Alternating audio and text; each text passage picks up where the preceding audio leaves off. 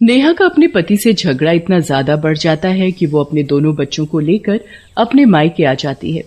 अरे दीदी, आप यहाँ अचानक? सब ठीक तो है ना? आपने खबर भी नहीं दी पहले से।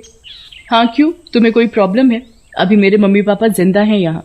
अरे नहीं दीदी, आप गलत समझ रहे हो, मुझे क्या दिक्कत होगी, कहकर नेहा अपने कमरे में चली जाती है। अरे बच्चों, जल्दी जल्दी यहाँ आओ, देखो मेरे पास क्या है तुम दोनों के लिए।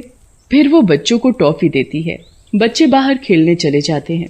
नेहा की बात सुनकर सरिता वैसे ही चिड़ी हुई थी। ऊपर से नेहा आवाज लगाती है, अरे चाय वाय मिलेगी मुझे इस घर में या मुझे खुद ही बनाकर पीनी पड़ेगी? यहाँ क्या लोग कम थे जो ये आकर मेरी छाती पर बैठ गए मूंग दलने? मैडम को चाय भी कमरे में चाहिए। चिड़चिड़ाती हुई सरिता किचन में जाती है और नेहा और बाकी सबके लिए भी चाय बना देती है। सबके लिए एक साथ ही चाय ले चलती हूँ, वरना जहाँ 2 सेकंड लेट होंगी फिर कोई आवाज लगाएगा, चलिता चाय दे दो, जैसे सरिता बहू नहीं काम वाली बाई हो। टंटनाती हुई सरिता सबको चाय नाश्ता कराती है और सास से कहती है, माँ जी अब मैं थोड़ी देर सोने जा रही हूँ, प्लीज मुझे कोई डिस्टर्ब नहीं करना, और आपकी लाडली बेटी को कुछ चाहिए हो तो आप खुद ही करके दे देना प्लीज। तभी नेहा के बच्चे वहाँ आकर नानी नानी करने लगते हैं। नानी नानी, मम्मी टीवी देख रही है और मामी सो रही है, आप ही नहला दो हमें। हाँ हाँ मेरे बच्चों, क्यों नहीं, नानी है ना, चलो मेरे साथ। नानी दोनों बच्चों को बाथरूम में नहलाने ले जाती है। तभी अचानक नानी का पैर फिसलता है और वो सर के बल वहीं फर्श में गिर पड़ती है। सर में गहरी चोट लगने की वजह से उसकी मौत हो जाती है और वो चुड़ैल बन जाती है। चुड़ैल बनकर भी वो उन दोनों बच्चों को नहलाने लगती है। बड़ी देर हो गई, ये बच्चे कहाँ निकल गए? टुट्टू, फ्रूटी, कहाँ हो दोनों? पता नहीं ये नालायक बच्चे कहाँ निकल गए, बिल्कुल अपने बाप पर गए हैं। ढूंढते ढूंढते वो बाथरूम में घुस जाती है और अपनी माँ की लाश खून में लथपथ देखकर उसकी बुरी तरह चीख निकल जाती है।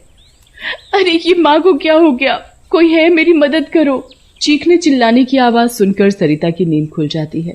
ओहो, अब क्या आफत आ पड़ी इस माँ की लाडली को, ससुराल छोड़कर मायके में आकर पड़ी हुई है, एक तो ऊपर से मेरी नींद हराम कर रखी है। सरिता झंझनाती हुई आवाज की तरफ जाती है। सास की लाश देखकर कहती है, ओहो, इस बुढ़िया को भी अभी मरना था, ये काम का बोझ मेरे ऊपर डालकर खुद चैन की मौत मर गई। ये सारी बातें नानी चुड़ैल सुन रही होती है। अच्छा, तो ये विचार है पद्मिनी के मेरे बारे में। छत पर फ्रूटी और टुट्टू पकड़म पकड़ाई खेल रहे थे। भागते भागते फ्रूटी बालकनी की तरफ बढ़ जाती है और छत से गिरने वाली होती है। ये देखकर टुट्टू भागते भागते जाता है और नेहा को बुलाता है, मम्मी वो फ्लूटी फ्लूटी छत, मम्मी फ्लूटी छत। नेहा पूरी बात सुने बिना ही टुट्टू को जोर का चाटा लगाती है। तुम दोनों को पूरा दिन कोई काम नहीं सिवाय खेलने के, फ्रूटी ने ये कर दिया, टुट्टू ने वो कर दिया, सारा दिन यही सब। इससे पहले कि फ्रूटी गिरती कि तभी नानी चुड़ैल वहां आ जाती है और उसे बचा लेती है। हद है इन दोनों की, 2 औरतें घर में होकर 2 बच्चों का ध्यान नहीं रख पा रही, कैसी औरत है ये। फिर रात को, मामी मामी मुझे बिस्कुट चाहिए, ऊपर डब्बे से दो ना। क्यों री, तेरे बाप का घर है या तेरी माँ यहाँ कमा कर रख गई है बिस्कुट, चल भाग यहाँ से। सरिता फ्रूटी को किचन से भगा देती है।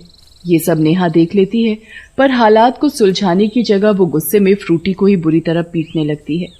कितनी बार तुझे मना किया है ना कि अब तेरी नानी नहीं रही, ये घर मामी का है, अब फिर तू क्यों मांगने गई वहां? भूख लगी है, भूख। नेहा गुस्से में फ्रूटी को एक अंधेरे कमरे में बंद कर देती है और चली जाती है। आज जब तक तू अकल नहीं सीखेगी कुछ नहीं मिलेगा तुझे। चुड़ैल नानी ये सब देखकर बहुत दुखी होती है। हे भगवान, ये सब क्या देख रही हूँ मैं, अच्छा हुआ मैं मर गई, वरना ये सब देखकर दोबारा मर जाती। इतने छोटे छोटे बच्चे हैं और ये जालिम औरतें आपसी गुस्सा बच्चों पर निकाल रही हैं। एक माँ होते हुए भी अपनी लड़की की भूख की परवाह नहीं, और मामी को अपने गुस्से के आगे कुछ दिख ही नहीं रहा। फिर चुड़ैल नानी सबके खाना खाने के बाद किचन में फ्रूटी का मनपसंद आलू पराठा बनाती है और उसके लिए कमरे में लेकर जाती है। फ्रूटी इतनी मासूम थी कि उसे पता ही नहीं था कि जिस नानी के हाथ से वो पराठा खा रही है वो असल में मर चुकी है। रात को सोने से पहले नेहा फ्रूटी के कमरे का गेट खोलती है। पूरा दिन भूखा रह के तेरी अकल ठिकाने आ गई होगी अब। भूखी कहाँ, नानी ने खाना खिलाया ना, वो आपकी तरह नहीं है। अच्छा, तो तेरा मतलब है नानी स्वर्ग से तुझे खाना खिलाने आई थी। और हंसने लगती है। नेहा रसोई में जाती है कि वहां सरिता आकर उसका रास्ता रोक लेती है। किचन में नो एंट्री। ये क्या मजाक है? रास्ता छोड़ मेरा, चल साइड हो, भूल मत ये घर मेरा है। तेरा है?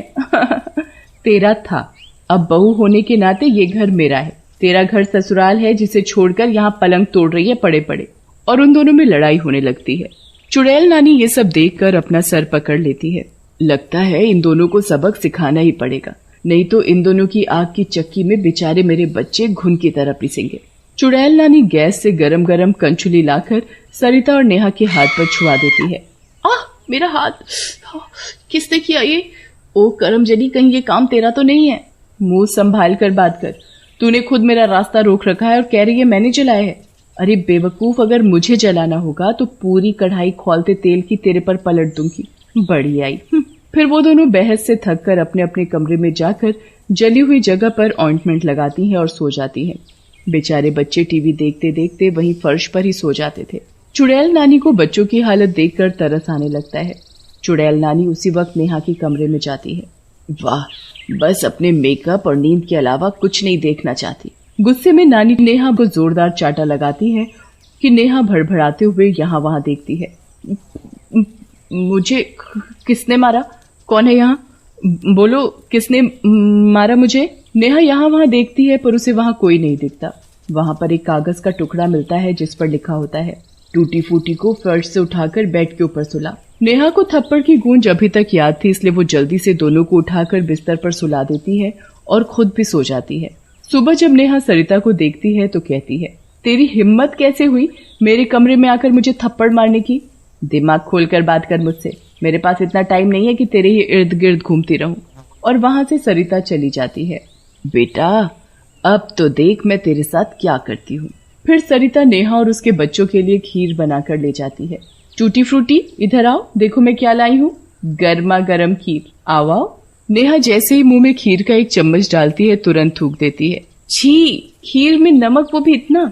ये सुनकर चुड़ैल नानी बच्चों की खीर की कटोरी हाथ मारकर गिरा देती है। कितने बदतमीज हो, सारी खीर गिरा दी। ये सुनकर चुड़ैल नानी और गुस्से में आ जाती है और एक डंडा उठाकर लाती है और डांटेगी मेरे बच्चों को। चल डांटना। सरिता को डंडे की मार तो महसूस हो रही थी पर कोई दिखाई नहीं दे रहा था। कौन है? कौन है? सामने आओ मेरे। कौन है? पर चुड़ैल नानी रुकने का नाम ही नहीं ले रही थी। वो सरिता को तबीयत से कूटती है। नेहा ये सब देखकर सोच में पड़ जाती है। फिर बच्चों को लेकर कमरे में चली जाती है। यहाँ चुड़ैल नानी परेशान हो रही होती है। आज तो मैं समय पर आ गई तो बच्चे बच गए, पर हर बार ऐसा होगा तो बच्चों की रखवाली करना मुश्किल हो जाएगा। मुझे ही अब कुछ करना पड़ेगा। फिर चुड़ैल नानी नेहा के पति के घर जाती है। बेटा सुनो। कौन है? कौन है वहाँ? सामने आओ मेरे। बेटा मैं हूँ, नेहा की माँ। फिर वो मुंधीर को सारी कहानी सुनाती है। अपने बच्चों की ऐसी हालत सुनकर उसकी आंखों में आंसू आ जाते हैं। बेटा वहाँ ना उनकी माँ उनका ध्यान रखती है और सरिता का स्वभाव तो तुम्हें पता ही है। बस माँ जी, मैं समझ चुका हूँ कि मुझे क्या करना है। फिर अगले दिन मुंधीर बच्चों को लेने पहुँच जाता है। टूटू, फ्रूटी, पापा पापा पापा पापा। चलो बच्चों, पापा के साथ अपने घर चलो, पापा आपको लेने आए हैं। तभी नेहा वहाँ आती है। जी मैं भी आपके साथ चलना चाहती हूँ, मुझे भी ले चलिए और मुझे माफ कर दीजिए। बेटी का घर फिर से बसते देख चुड़ैल नानी खुश हो जाती है। नेहा के जाने से अब सरिता भी ढंग से रहने लगती है। अब चुड़ैल नानी कभी कभी बच्चों से मिलने चली जाया करती थी।